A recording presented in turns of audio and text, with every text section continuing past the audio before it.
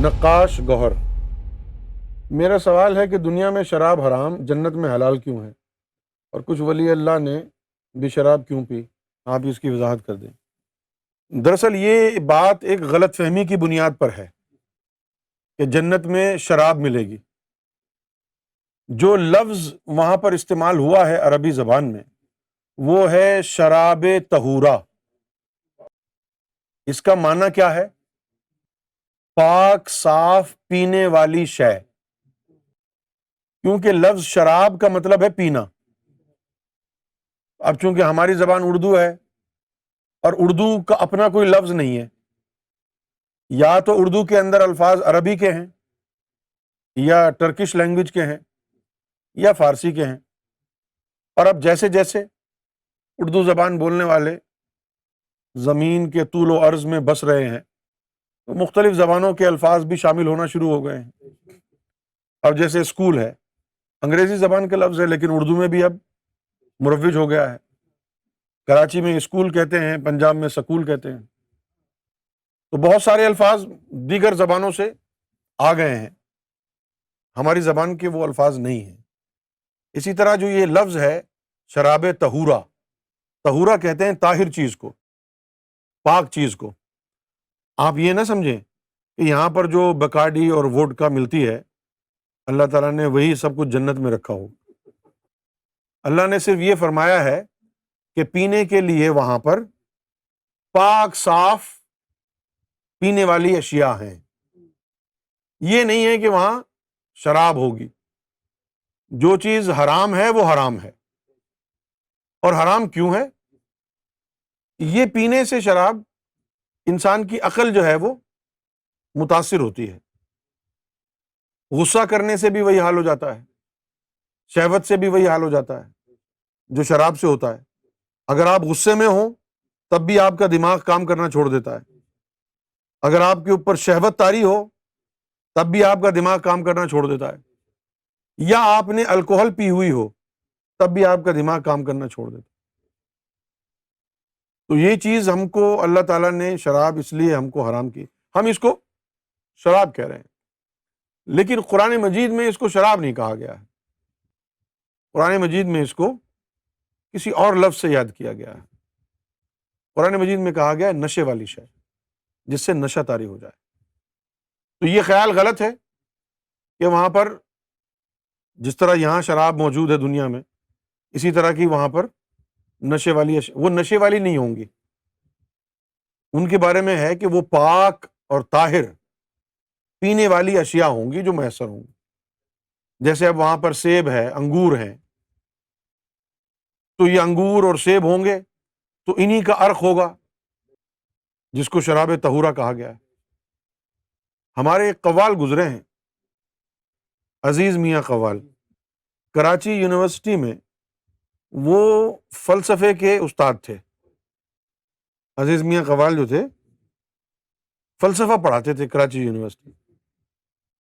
فلسفہ پڑھا انہوں نے، پھر مذہب کو پڑھا، اور اس کے بعد وہ قوال بن گئے۔ تو انہوں نے اپنی ایک قوالی میں کہا کہ جب ہم وہاں جائیں گے یوم محشر میں، اور اللہ تعالیٰ جو ہے ہم کو کہے گا کہ بھئی تم لوگوں نے شراب کیوں پی، تو ہم اللہ کو کہیں گے کہ ان مولویوں کو بھی جہنم میں ڈالو، یہ شراب کی ٹیبلٹس کھایا کرتے تھے۔ تو اللہ پوچھے گا شراب کی ٹیبلٹس کیا ہیں؟ وہ کہیں گے کہ انگور، کیونکہ شراب انگور سے بنتی ہے نا۔ یہ بہت ہی قدیم مشروب ہے، بڑا قدیم، بہت پرانا، کہ جب یعنی انگور وغیرہ یہ فروٹس ہوتے تھے، ان چیزوں کو رکھ دیتے تھے، پریزرو کر دیتے تھے، اور اس کے بعد جو ہے پھر اس میں کچھ خاصیت ایسی پیدا ہوتی تھی، ایک ایسا ڈرنک بن جاتا تھا جس سے جسم کے اندر جو انفیکشنز وغیرہ ہیں وہ دور ہو جاتے۔ جس طرح نوح علیہ السلام جب کشتی میں تھے تو ان کو ایک بیماری ہو گئی تھی، یہ کتابوں میں نہیں لکھا۔ نوح علیہ السلام کو تو اللہ تعالیٰ نے ان کو کہا کہ تم جو ہے یہ کچھ فروٹس وغیرہ ہیں یہ ایک مرتبان میں رکھ دو اور ڈھک دو اوپر سے، تو کچھ دن کے لیے وہ ڈھکا رہا تو وہ گھل گیا، پھر کہا کہ اب اس کو پی لو۔ تو جب انہوں نے پیا تو ہوا یہ کہ اس میں کیمیکل ری ایکشنز ہوئے اور اس کے اندر انزائمز آ گئے، جرمز آ گئے، ان کے پینے سے اندر جو ان کے انفیکشن تھا وہ ختم ہو گیا۔ تو ابتدائی زمانے میں یہ ایپل اور یہ گریپس، ان چیزوں کو، ان فروٹس کو پریزرو کر کے ایک ایسا لکوڈ بناتے تھے جو کہ اینٹی بایوٹک کے طور پر کام کرتا تھا۔ تو اس کے بعد جو ہے جب زمانے نے اور مزید ترقی کی ہے، اب لوگوں نے پھر جو ہے وہ الکوہل بنانا شروع کر دی۔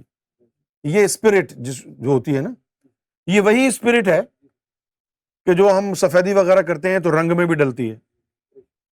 یہ الکوہل جو ہے، جو ہم یعنی آج کے دور میں ہم دیکھتے ہیں موجود ہے، یہ نیچرل نہیں ہے، یہ الکوہل انسان کی بنائی ہوئی ہے۔ اس کا نقصان ہے اور اس کا نشہ بھی زیادہ ہے۔ اس کے نقصان کیا ہوتا ہے؟ اس کا یہ الکوہل پینے سے انسان کا لیور خراب ہو جاتا ہے، کڈنی فیل ہو جاتی ہے۔ لیکن وہ جو پہلے زمانے میں انگور اور سیب کو پریزرو کر کے لکوڈ بنایا جاتا تھا، وہ دوائی کے طور پر استعمال ہوتا تھا۔ پھر کچھ لوگوں نے اور ترقی کی، انہی فروٹس کو بہت زیادہ دیر تک رکھا۔ جب ان کو بہت زیادہ دیر تک رکھا تب اس کے اندر نشہ آنا شروع ہو گیا۔ جیسے اب آپ کچے آم ہیں، کچے کیلے ہیں، یہ آپ لے کے آ جائیں گھر پہ اور آپ کیا کریں، ان کو آٹے کے اندر دبا کے رکھ دیں 3 دن کے لیے۔ تو آٹے میں 3 دن دبا کے رکھیں گے تو آٹے کی گرمی ان کو جائے گی، کیلا پک جائے گا، مینگو پک جائے گا۔ اچھا، اب اگر نہ ان کو 3 دن کے بعد نکالیں تو کیا ہوگا؟ تو پھر یہ مکس ہو جائے گا، اس میں پانی بن جائے گا۔ تو ہفتہ 2 ہفتہ رکھتے تھے، اس سے یہ لکوڈ بن جاتا تھا، اس سے علاج ہوتا تھا۔ پھر کبھی غلطی سے 4-5 اگر ہفتے رہ گیا اور پھر لوگوں نے اس کو ٹرائی کیا تو نشہ آیا، پھر وہاں سے یہ ریت پڑ گئی۔ تو جو عرق پیتے تھے لوگ، اس سے تو جسم میں کوئی نقصان نہیں ہوتا تھا۔ اب یہ جو الکوہل جو آرٹیفیشلی بنایا گیا ہے، جو بھی ڈالا جاتا ہے، وہ انسان کے لیے سوئسائڈل ہے، بہت نقصان دہ چیز ہے۔ تو کہنے کی بات یہ ہے کہ آپ نے جس شے کو دیکھا یہاں پر اور شراب سمجھا ہے وہ الکوہل ہے، اور یہ الکوہل جنت میں میسر نہیں ہوگی۔ اپنے سمجھنے کے لیے یہ سمجھ لیں کہ فروٹ جوس ملے گا وہاں پر، یہ نکال دیں کہ شراب ہوگی اور آپ ایک پیگ لگا کے ٹون ہو جائیں گے۔ یہ آپ کی غلط بات ذہن میں مولویوں نے ڈالی ہے، کوئی شراب وغیرہ نہیں ہوگی وہاں پر۔ اللہ کو اگر نشہ یہاں پر ناپسند ہے تو وہاں پسند کیسے ہوگا؟ یہ بالکل غلط بات ہے، اس میں کوئی حقیقت نہیں ہے۔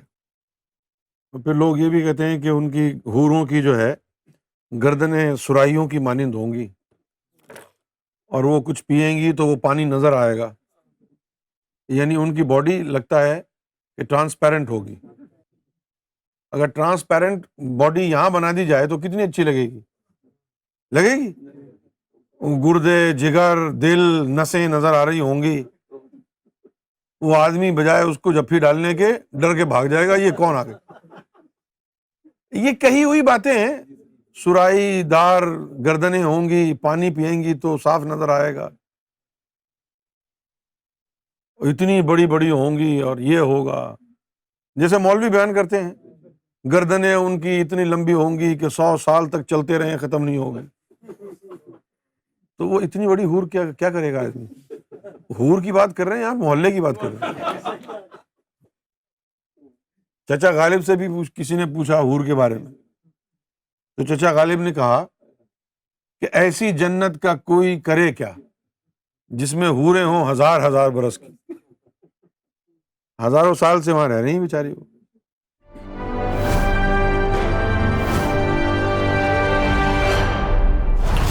TV, bringing light, love, and peace in your life.